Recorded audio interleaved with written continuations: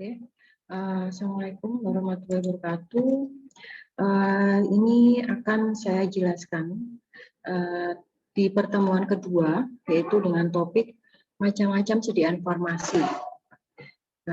Di mana macam-macam sedia informasi ini kita ambil dari Farmakope Indonesia. Jadi, dan juga bagaimana cara pemberian obatnya. Nah, sedia informasi menurut Farmakope Indonesia yang terbaru dan juga yang mulai awal dan terbaru itu ada beberapa sediaan. Yaitu sediaan pertama adalah sediaan aerosol, di mana sediaan aerosol ini adalah sediaan yang dikemas di bawah tekanan, di mana mengandung zat aktif terapeutik yang dapat dilepaskan pada saat sistem katupnya itu ditekan. Jadi contohnya misalnya Berotek, atau satu lagi Berotek, kemudian Sterima, itu adalah sediaan aerosol. Nah, sediaan aerosol ini penggunaan tuh bisa beberapa macam. Ada yang digunakan secara topikal, biasanya disemprot di kulit. Kemudian ada yang lokal, yaitu dia disemprotkan di hidung, itu namanya aerosol nasal. Atau juga aerosol lingual yang dia disemprotkan di mulut. Atau ada lagi itu ada aerosol inhalasi yang disemprotkan di paru-paru. Dan kemudian sediaan lain itu adalah sediaan kapsul. Nah, kapsul ini kan pasti semua sudah tahu ya, sediaan kapsul itu adalah sediaan padat yang mengandung obat dalam cangkang yang keras atau lunak yang dapat larut, dan penggunaannya itu secara oral. Di mana cangkangnya itu adalah berasal dari gelatin. Nah, kemudian tablet. Tablet itu adalah sediaan padat yang mengandung bahan obat atau bahan tambahan eksipien. Jadi maupun tablet, kemudian kapsul itu semuanya mempunyai komponen bahan aktifnya dan juga dengan bahan tambahannya atau eksipien. Terus yang ini adalah lozenges atau tablet hisap. Nah, tablet hisap ini biasanya contohnya misalnya epitolses, kemudian flemosin, dia itu ada sediaan padat sama seperti tablet. Biasanya sih bentuknya bulat besar ya, sediaan padat yang mengandung satu atau lebih bahan obat yang umumnya itu dia beraroma manis karena memang dia itu dihisap di mulut, dia pasti beraroma manis, kemudian dan tablet itu bisa larut dan hancur di dalam mulut. Kemudian ini sediaan krim. Nah, sediaan krim itu adalah sediaan setengah padat yang mengandung satu atau lebih bahan yang terlarut atau terdispersi dalam bahan dasar yang sesuai. Nah, tipe krim ini ada dua, ada yang oil water, oil dalam minyak dalam air atau minyak dalam air atau air dalam minyak. Nah, seperti itu. Nah, kemudian ada emosi. Emosi itu cair. Jadi sediaan sistemnya itu ada dua fase, di mana salah satunya itu cairannya itu terdispersi dalam cairan lain dalam bentuk tetesan kecil. Sama fase emosi itu ada dua juga, yaitu dalam minyak dalam air atau air dalam minyak. Jadi emosi itu biasanya sih kayak sirup antibiotik yang dia harus dikocok dahulu, misalnya amoxicillin, dia awalnya sediaan sirup kering, kemudian dilarutkan air, dilarutkan dalam air, atau juga memang sediaan antibiotik yang dia sudah bentuknya emosi. Kemudian gel itu adalah sediaan semi padat, terdiri dari suspensi yang dibuat dari partikel-partikel anorganik yang kecil atau molekul organik yang besar, di mana terpenetrasi dalam suatu cairan. Kalau gel ya pasti ditahu kan, misalnya salep gel, bioplacenton gel, kayak gitu. Kemudian pasta. Nah, pasta itu sediaan semi padat, dia lebih padat daripada gel, lebih padat daripada salep ya. Sediaan semi padat yang mengandung satu atau lebih bahan obat yang ditujukan untuk pemakaian lokal. Nah, biasanya kalau pasta ini krim yang dia itu krim racikan untuk pasta. Jadi krim pasta itu biasanya komposisinya 70% zat padat dan 30%-nya itu basisnya. Nah, kemudian ekstrak. Ekstrak itu apa sih? Jadi ekstrak ini adalah sediaan paket yang diperoleh dengan mengekstraksi zat aktif dari Simplicia nabati atau Simplicia hewani, mengandung pelarut yang sesuai. Kemudian semua atau hampir semua pelarut diuapkan dan massa atau zat yang tersisa diperlukan dimasukkan sedemikian rupa sehingga memenuhi syarat baku yang tertukar. Jadi kalau ekstrak ini biasanya sih lebih ke arah sediaan herbal atau dia karena kandungannya itu langsung dari ekstrak dari zat simplicia nabati atau simplicia hewani. Dan ketiga, yang selanjutnya adalah infusa.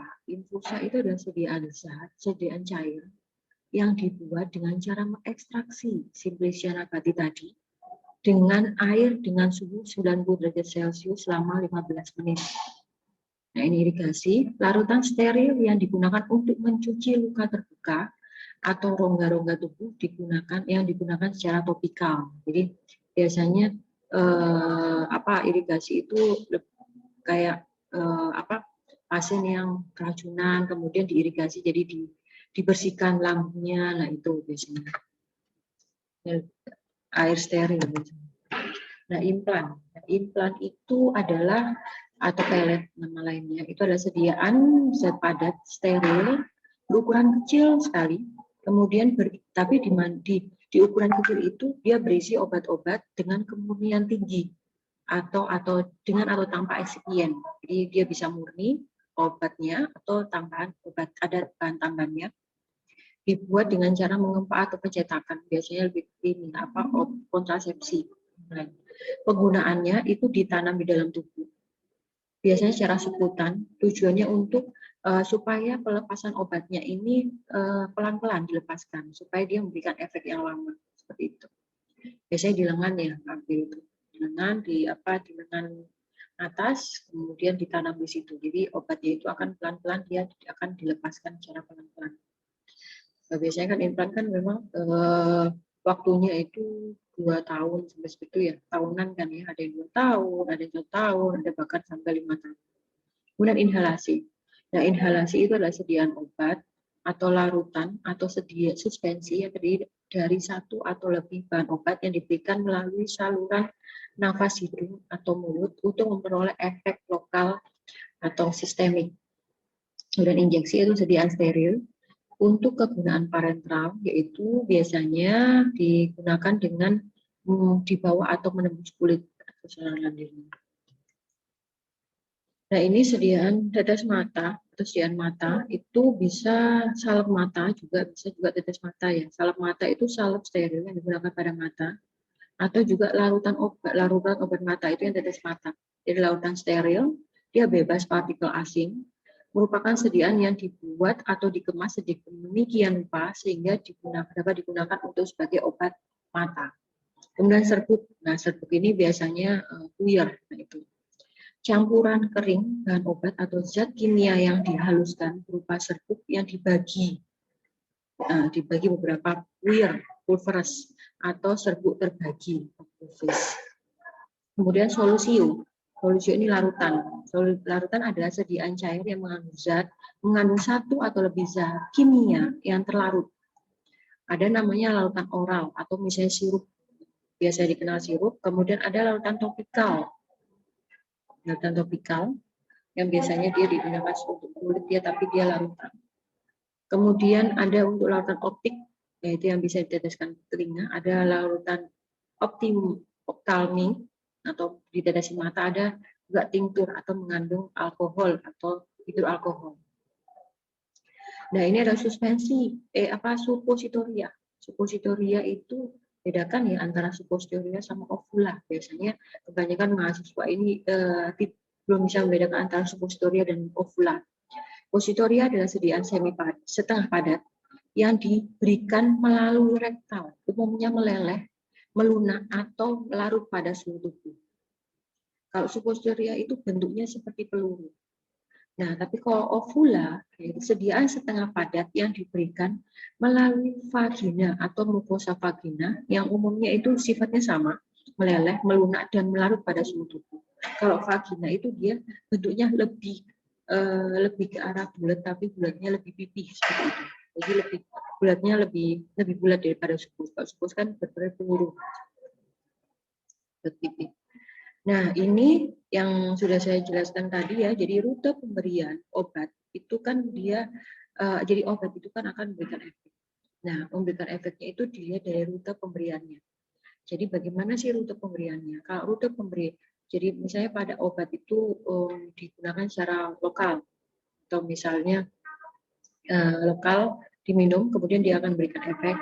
Nah, efeknya itu kalau misalnya dia lokal, misalnya oral, itu akan efeknya efek sistemik. Dia efeknya ke seluruh tubuh. Tapi kalau misalnya lokal, itu dia hanya di tubuh itu saja. Jadi kalau sistemik itu dia masuk melalui sistem peredaran darah kita, kemudian efeknya akan ke seluruh tubuh. Tapi kalau lokal itu sistem seperti topikal, dia hanya diberikan efek di tempat itu saja. Nah, ini pemberian obat. Jadi ini adalah organ tubuh manusia, ini tenggorokan, laring, faring, esophagus, kemudian ini adalah stomach, lambung, kemudian dia masuk ke ini usus ya, usus duodenum, kemudian ada usus besar, kemudian ada usus kecil, kemudian masuk ke rektum. Nah, ini di sini adalah liver atau hati, dan di bawah lambung di sini itu adalah pankreas. Ini adalah empedu, gallbladder. Nah, ini obat itu dia memberikan efek tergantung obatnya itu dia memberikan efeknya ke sistem tubuh kita yang mana seperti itu. Nah, ini rute pemberian obat. Jadi kalau misalnya kita menginginkan rute oral, udah berarti rutenya adalah melalui dimasukkan ke mulut. Ada juga per oral. Nah, dia bisa masuknya site-nya, jadi tujuannya yaitu ke lambung. Nah, itu sublingual. Sublingual itu di bawah lidah. Kemudian ini parenteral. Parenteral itu biasanya diinjeksi kan, diinjeksi itu dia bisa masuk ke gastrointestinal, dan bisa misalnya masuk ke liver, masuk ke pankreas, itu bisa. Kemudian intravena itu di vena. Kemudian intraarterial atau di arteri, kemudian ada juga intrakardiak, namanya kardiak berarti di jantung. Nah, spinal itu spinal di spinal, kemudian ada intraartikular itu di joint. Nah, ini bisa dipelajari semua. Ini rektal ya di rektum, kemudian vaginal di vagina, dan uretra di uretral dan di uretra. Nah, ini jadi rute pemberian apa saja sih? Jadi disesuaikan rute pemberiannya bagaimana, kemudian disesuaikan dengan sediaan obatnya itu maunya buat apa. Gitu. Misalnya tablet berarti dia rutenya adalah. Kemudian tablet bisa juga rutenya di sublingual. Kemudian ini kalau misalnya suspensi atau larutan kan bisa injeksi, bisa juga misalnya injeksi antibiotik misalnya septik itu kan juga masuk suspensi, dia masuk parenteral. Nah, ini ini namanya, nah ini vaginal itu bisa suppositoria atau ovula seperti itu. Rektal berarti bisa suppositoria. Nah, ini adalah tadi kan efek sistemik. Jadi kalau efek sistemik itu adalah efek yang memberikan efek ke seluruh tubuh. Tapi kalau efek lokal itu adalah diberikan ke tempat itu saja. Jadi tempat pada saat obat itu diberikan. Misalnya yang memberikan efek sistemik ke seluruh tubuh apa aja? Seperti oral, kemudian oral mukosa seperti bukal, sublingual, kemudian injeksi, implan rektal, transdermal. Kalau yang lokal ya berarti minyak kulit atau topikal, inhalasi, mukosa, mata, misalnya salep mata atau misalnya tetes telinga, kemudian intravaginal dan intranasal. Ini ya perjalanan obat dalam tubuh. Jadi misalnya tubuh itu ini sublingual ya, sublingual bukal. Jadi di bawah lidah dia akan memberikan efek mana aja. Nah, ini lidah langsung masuk dia nggak masuk ke lambung, tapi dia bisa masuk ke peredaran darah kita, kemudian ke jantung. Contohnya misalnya obat ISDN. Obat ISDN itu kan pemberiannya secara sublingual, dia langsung di bawah lidah, langsung peredaran darah, kemudian bisa langsung ke jantung. Misalnya ada lagi inhalasi. Inhalasi dia dimasukkan ke hidung ya, kemudian dia masuk ke saluran pernapasan. Nah, ini dia langsung masuknya ke paru-paru seperti itu inhalasi.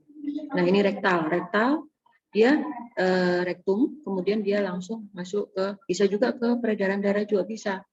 Misalnya anti analgesik, ya analgesik tapi yang bentuknya suppostoria supaya dia tidak supaya memberikan efek anti nyeri ya, itu dia bisa juga ke peredaran darah. Jadi organ-organ lainnya yang rasa nyeri itu efek nyerinya akan berkurang seperti itu. Nah ini intravena, misalnya intravena dia disuntikan di vena kan, ya vena kemudian masuk ke aliran darah dia bisa masuk ke aliran darah semuanya. Kemudian ini transdermal, misalnya dia disuntikan subkutan. Nah subkutan kemudian dia bisa juga ke area darah juga. Nah ini misalnya subkutan itu insulin, nah itu ini juga intramuskular. Nah ini obat ya, sama sih seperti tadi. Obat itu kita minum, kemudian dia akan pelan-pelan, kalau bentuknya dia tablet ya, dia akan melalui proses pemecahan dulu, kemudian dia akan dialirkan ke peredaran darah, sambil dia akan bertemu dengan reseptornya sehingga memberikan efek. Kalau ini tadi aerosol. Jadi aerosol seperti Berotep itu tadi. Berotep ya, misalnya dia dihirup ke dalam mulut ya. Kemudian zat aktifnya kan keluar kan. Zat aktifnya keluar masuk ke nasofaring. Nasofaring dalam bentuk yang masih partikelnya besar ya. Kemudian masuk ke dalam bronkus atau paru-paru. Dia partikelnya sudah kecil lagi. Kemudian trakea dia partikelnya kecil, kemudian dia akan mengecil lagi ukurannya. Nah, ini ke bronkus di paru-paru, ke alveoli seperti itu. Nah, ini sediaan obat. Jadi sediaan obat itu tablet itu ada yang entricutid, ada yang tablet atau kapsul, ada yang dia itu larutan ya ini ya. Misalnya drop mixture atau sediaan drop atau effervescent atau larutan. Kemudian di sini ada metric tablet dan ini adalah kutid. Tablet kutid atau tablet yang dia rilisnya itu delay. Jadi pelepasannya diperlambat. Ini mungkin ini ada perbedaannya. Coba dilihat. Misalnya ini intracutit. Intracutit itu dia memang sediaannya sudah didesain supaya tablet ini pada saat dia melewati ke lambung, ini kan proses lambung, dia tidak akan pecah. Dia tidak akan pecah, pada suhu asam dia tidak akan pecah. Kemudian dia akan pecahnya pelan-pelan itu akan di usus, dia mulai pecah. Nah ini dia, mulai pecah dia akan memberikan efek. Kemudian ini tablet, kalau tablet kan dia tidak ada formulasi khusus, jadi maksudnya tidak ada dia hanya tablet biasa. Nah ini obat tablet itu kalau misalnya dia masuk ke dalam lambung karena bersifat asam dia akan pecah di sini. Nah di sini dia sudah mulai pecah, sudah memberikan efek. Nah kalau ini mixture atau misalnya drop atau larutan, ya udah kan tidak, kalau larutan berarti dia tidak melewati proses pemecahan. Dia langsung didistribusikan ke dalam lambung, kemudian ke usus, kemudian misalnya ke peredaran darah. Effervescent juga sama kan, karena dia dilarutkan dalam air, akhirnya langsung dia memberikan efek. Nah, kemudian ini metrik. Nah, metrik tablet ini juga sama seperti kutid. Nah, dia pelepasannya juga diperlama. Jadi dia dilepaskan secara pelan-pelan. Dia di lambung juga dilepaskan tapi pelan. Kemudian di usus dia dilepaskan juga tapi pelan. Kemudian dia sampai ke proses akhirnya juga dia akan dilepaskan secara pelan. Sehingga efek obatnya itu berikan efek yang lama, dalam waktu 24 jam itu masih ada seperti itu. Nah, ini kutid tablet atau delay atau sistem delay. Sistem delay juga sama. Jadi obatnya ini dilindungi oleh selaput atau tablet selaput, di mana selaputnya itu dia pecahnya itu pelan-pelan. Jadi pecahnya itu pelan-pelan. Nah, ini dia di lambung, dia masih ada efek obatnya. Kemudian dia masih ada juga efek obatnya. Dan ini dia akan memberikan efek juga. Jadi perbedaannya tersebut. Jadi perbedaannya itu dilihat dari formulasinya. Jadi apakah sediaan itu memang didesain untuk metrik tablet kah, untuk tablet atau tablet biasa? Itu akan memberikan efek yang berbeda. Nah, ini sama ya, seperti yang tadi misalnya ini apa drop, drop. Kemudian ini sediaan tetes mata, kemudian tetes hidung, dia diteteskan ini. Kemudian ini adalah apa pulveres, kemudian ini tablet. Ini loh, kalau misalnya tablet ini disolusinya waktu perpecahannya, jadi tablet dia waktu mau dia diminum, kemudian dia sudah hancur di sini. Dia memberikan efek, dan ini dia di sini sudah memberikan apa efeknya sudah habis. Nah, kalau putih tablet dia memang didesain pelan-pelan. Jadi dia pertama memang tidak akan memberikan efek, dia pecah dulu. Obat tambahan apa lapisnya itu dia pecah dulu. Nah, di sini dia akan memberikan efek. Memang yang diinginkan adalah dia di-delay efeknya. Nah, ini kalau kapsul udah hampir sama seperti yang tablet apa yang seperti yang ini yang atas ya. Nah, oh, ini kapsulnya ini dia apa ada ini contohnya pernah tahu omeprazol. Jadi omeprazol ini dia kapsulnya itu tadi dari ini polen dari drugnya obatnya itu dia didesain khusus. Jadi emang dia dipecahnya lama dia sehingga memberikan efek yang sangat lama seperti itu. Oh, dari awal sampai dia masih memberikan efek. Dari metrik kutip, nah dia di sini dipecah, kemudian dia memberikan efek, kemudian dia jalan lagi, dia memberikan efek lagi, dan lagi dia memberikan efek lagi, sehingga dia perlu memberikan efek yang dalam cukup waktu yang sangat lama.